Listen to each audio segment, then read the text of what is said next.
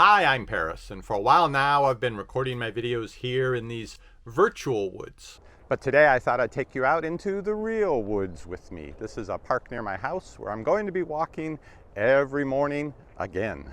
Since the start of the year and the medical mishap that I mentioned in a previous video, definitely had some issues with my weight, and not that it's been getting too low. My pudge around the middle has definitely come back, and I've put on about a dozen pounds in the last 3 months. So here's the pudge I was talking about. Got a good 12-15 pounds right around here. A major part of that is that my testosterone level is down now to undetectable. So lower than the whole year that I had been on Lupron previously. It's way down there, and as a result my metabolism is way down there as well. Sorry, I've got to walk off the trail here on some roots.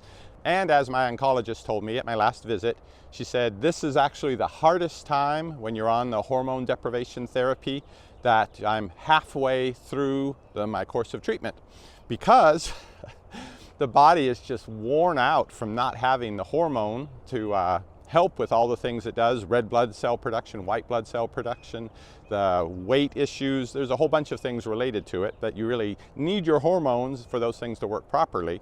But it's not like, well, you're nearly done. No, you're only halfway through, which interestingly for the chemo I found that was actually the hardest time for me, was being halfway through, because I knew what each session was like and how it was knocking me down further and further, and I still had halfway to go. So I feel a little like that about the Lupron treatment I'm going through right now. So my battle plan for getting my BMI back down to normal and back down to a healthy weight is mainly twofold. One is I'm going to get my physical activity level back up to where it was right before my cancer official diagnosis, back when I thought I had that and I figured I was going in for surgery, which I didn't end up having.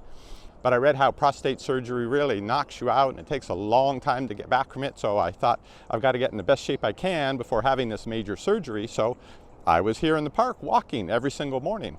I started out doing about 2 miles and worked my way up over the course of about 6 weeks, doing 5 miles every morning. I want to get back to that.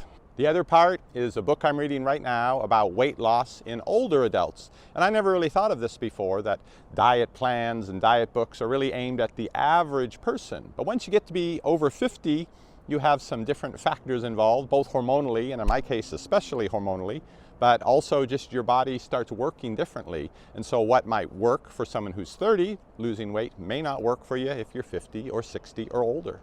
And one of the main tenets of this book is eating healthy, cutting out processed foods, eating more fiber, things I'm already doing. But the main thing about it that I hadn't thought of before, I didn't know was a thing, it's called protein timing. It's that when you're older, your body doesn't absorb protein as well. So if you don't have a certain minimum threshold of protein that you're consuming, then your body doesn't get into muscle replacement, muscle building mode. In other words, someone who eats the same breakfast as their child, who's say 25 years younger, and the child, it works perfectly fine, they don't have any weight issues, and it's maybe 10-12 grams of protein in their breakfast. That amount works for someone younger to get the body to use that protein properly to build and replace muscle, but for someone older, that's not enough to kickstart that process.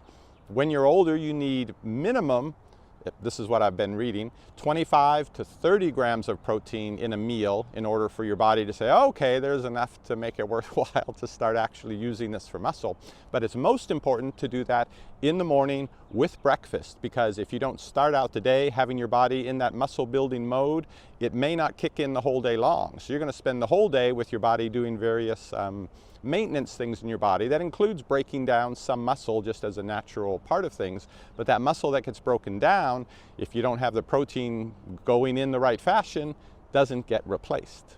So as you age and that process continues, you end up losing muscle slowly over time, and as you lose the muscle, your metabolism decreases, because muscle uses energy all the time that it exists just to keep it going. So you have less muscle, which means you end up increasing the amount of fat that you have because your metabolism is slower. And as that process basically just spirals, you end up with less and less muscle, you're less and less active, you can do fewer things, your metabolism keeps dropping, and the amount of fat you store goes up and up and up. And that's a story that doesn't sound like it has a happy ending, right? Yeah, so I'm trying to avoid that. So trying to avoid that, I'm going to follow the plan in the book, and I'm going to basically protein load some in the morning. I'm going to start that now, and in a few weeks' time, I'll see how my weight is doing, and I'll report the results back to you. My choice for morning protein is a vegan protein powder that's got pea protein and brown rice and a little bit of cinnamon flavoring. It's the very same one I used back, 2.5 years ago when I first started making a serious attempt to lose weight to help with some heart issues that I was having, and I was definitely successful there, so I'm hoping it will help me out again. So my plan is, with just those 2 changes, that I'll be able to knock off this dozen pounds and maybe even get a little lower down to the weight I'd actually like to have, which would be to be in the 170s. And just so you can compare that, I'm about 6'1". I do, however, have a review that I need to do first involving chocolate. Bad timing, but anyway, I'll get that done hopefully later today or tomorrow.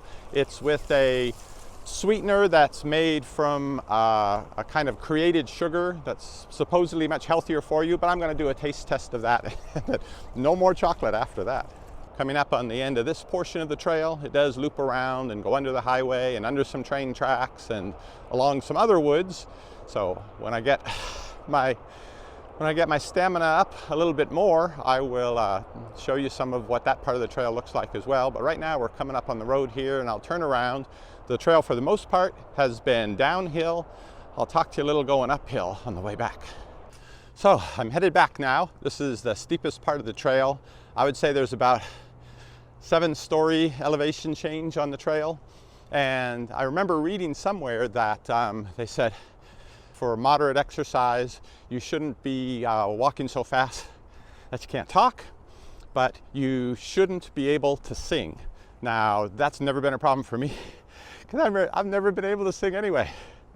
But I'll see you on the next review, probably. There are so many choices and you don't want to stress. You want your health food at home, receiving only the best. That's what we're here for, we give honest reviews. parristx.